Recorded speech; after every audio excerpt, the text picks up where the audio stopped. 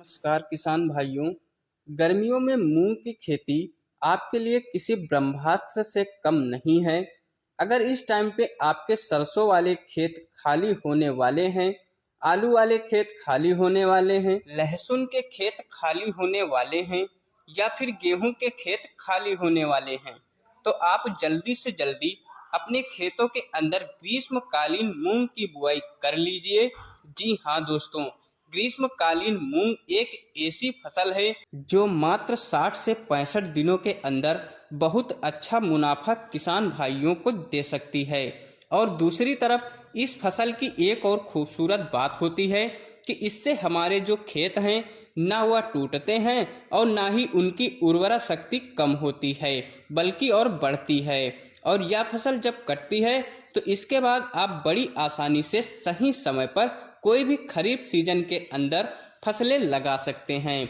तो भाई साहब, आज इस वीडियो में हम बात करेंगे ग्रीष्मकालीन मूंग की बुआई हमें कब करनी चाहिए, किस मिट्टी में करनी चाहिए, कौन सी टॉप वैरायटी का सिलेक्शन करना चाहिए, बुआई करते समय कौन कौन से खाद उर्वरकों को इस्तेमाल करना चाहिए और इस फसल के अंदर सबसे ज़्यादा कौन सी बीमारी आती है, उस बीमारी को शुरुआत में ही हम किस तरह से रोक सकते हैं। तो हम बात करते हैं ग्रीष्मकालीन मूंग की बुआई हमें किस समय के ऊपर, मतलब किस तारीख से लेकर किस तारीख तक कर लेनी चाहिए। तो किसान भाइयों, जैसे ही आपके खेत फरवरी में खाली होते हैं, जैसे ही सरसों की कटाई होती है, आलू की खुदाई होती है, लहसुन भी उखाड़ लिया जाता है या फिर आगे चलकर गेहूं की कटाई होती है, तो जितना जल्दी हो सके आपके खेत खाली हो जाते हैं तो आप जल्दी से जल्दी उन खेतों में ग्रीष्मकालीन मूंग की बुआई कर दीजिए।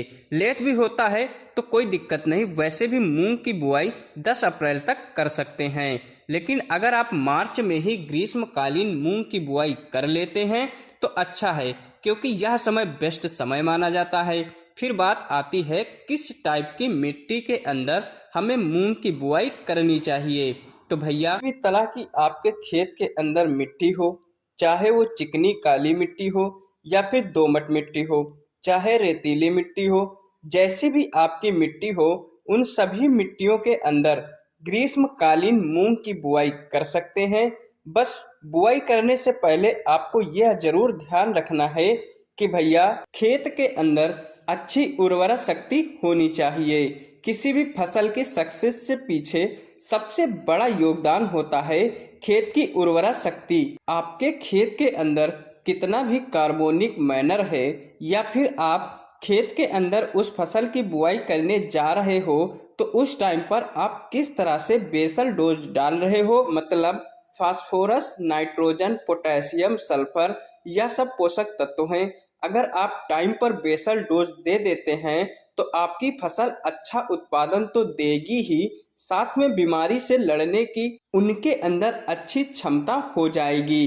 अब अगली बात आती है कि खेत की तैयारी किस तरह से कर रहे हैं। दोस्तों, यह वेरी इंपॉर्टेंट टॉपिक है। जो भी आपने अपने खेतों के अंदर इस टाइम पर फसल लगा रखी है या लगा रखी थी, तो भैया जो भी आपके पुराने अवशेष उस खेत के अंदर हैं तो आपको गहरी जुताई करनी होगी।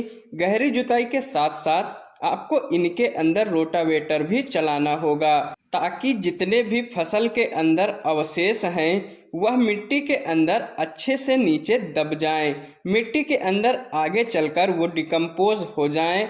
यह काम करने के बाद भैया जी फिर बात आती है इसके अंदर पड़ेवा की। देखिए, हमारे देश के अंदर दो तरह से मूंग की बुआई होती है, पहले पड़ेवा करके और फिर ऊपर से सीड ड्रिल मशीन से इसके बीज बोए जाते हैं। दूसरी तरफ बहुत सी जगह ऊपर ऐसा होता है कि इसके अंदर सूखे खेत की जुताई कर दी जाती है और सूखे खेत के अंदर उसकी बुआई करके और ऊपर से सिंचाई की जाती है।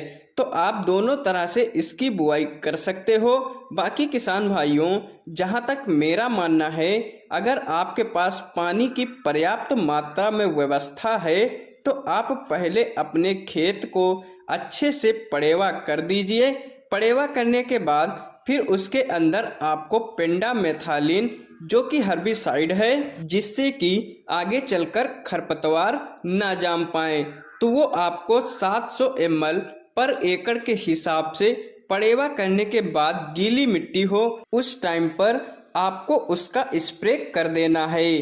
फिर इसके अंदर आपको जुताई कर देनी है। अब जुताई करने के बाद फिर बात आती है इसके अंदर बेसल डोज की। बेसल डोज के अंदर आपको लगभग 50 किलोग्राम सिंगल सुपर फास्फेट लेना है और 25 किलोग्राम डीएपी, 25 किलोग्राम पोटास, साथ ही 10 किलोग्राम बेंटोनाइट सल्फर, इन सबको मिक्स करके अपने खेत में डाल दें और खेत की दोबारा से रोटावेटर से जुताई कर दें। तो इस तरह से आपको बेसल डोज बनाकर अपने खेत की तैयारी कर लेना है।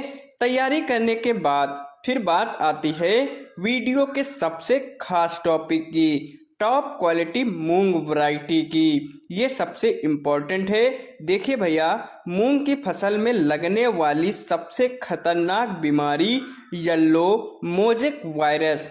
अगर आपकी किसी वैरायटी के अंदर इस बीमारी के खिलाफ रोग प्रतिरोधक क्षमता नहीं है तो वो वैरायटी उस बीमारी से आगे चलकर आपका नुकसान करवा देगी, वह बहुत कम उत्पादन देगी और आपका पेस्टिसाइड का खर्चा बहुत ज़्यादा बढ़ने वाला है। तो आपको ऐसे बीज का चयन करना है जिसके अंदर एक तो येलो मोजेक वायरस से लड़ने की क्षमता हो या फिर वो बीमारी ना आती हो। दूसरा, जैसे जैसे इसके अंदर फलियां पकती जाती हैं तो उसके अंदर सटरिंग वाली प्रॉब्लम देखी जाती है कि फलियां हैं वो चटक जाती हैं, दाने बाहर निकल जाते हैं। तो दूसरा ख्याल आपको यह रखना है कि जो भी वैरायटी का चुनाव कर रहे हो उसके अंदर कम से कम सटरिंग वाली प्रॉब्लम होनी चाहिए। इसके अलावा इसकी तीसरी विशेषता यह होनी चाहिए कि जो वैरायटी आप अपने खेतों के अंदर बोने जा रहे हो उसकी हाइट ना ज़्यादा हो और ना ही कम हो। इसके अलावा जो भी वैरायटी आप बोने जा रहे हो उसके अंदर कम से कम 6 से 8 कुंटल उत्पादन देने की क्षमता हो। इन सब चीज़ों को देखते हुए मैं बताने वाला हूँ आपको एक ऐसी वैरायटी के बारे में जिसको आप अपने खेत में लगाइए।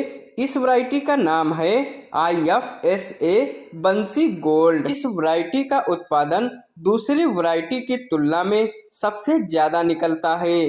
पिछले 2-3 सालों से देखा जा रहा है यह वैरायटी पूरे भारत देश में किसी भी कंडीशंस के अंदर बढ़िया उत्पादन देती है और सभी किसानों की सबसे चहेती वैरायटी बनी हुई है। तो इसको आप इंसेक्टिसाइड और फंगिसाइड से अपने बीजों को उपचारित कर लेना है। उपचारित करने के बाद किसी छायादार जगह पर रखकर थोड़ा बीज को सुखा लेना है। सुखाने के बाद फिर आपको अपने खेत के अंदर बीज की बुआई कर देनी है और बुआई के 2-3 दिन बाद आपको पेंडामेथालिन का स्प्रे कर देना है। तो निश्चित तौर पर आपके खेत में खरपतवार नहीं उगेंगे और आगे हम आपको वीडियो के माध्यम से बताते रहेंगे कि आपको कब सिंचाई करना है, सिंचाई के साथ साथ कौन कौन से खाद उर्वरक देना है, बीमारियों के लिए कौन से इंसेक्टिसाइड यूज करना है। तब तक के लिए हमें अनुमति दीजिए। धन्यवाद, नमस्कार।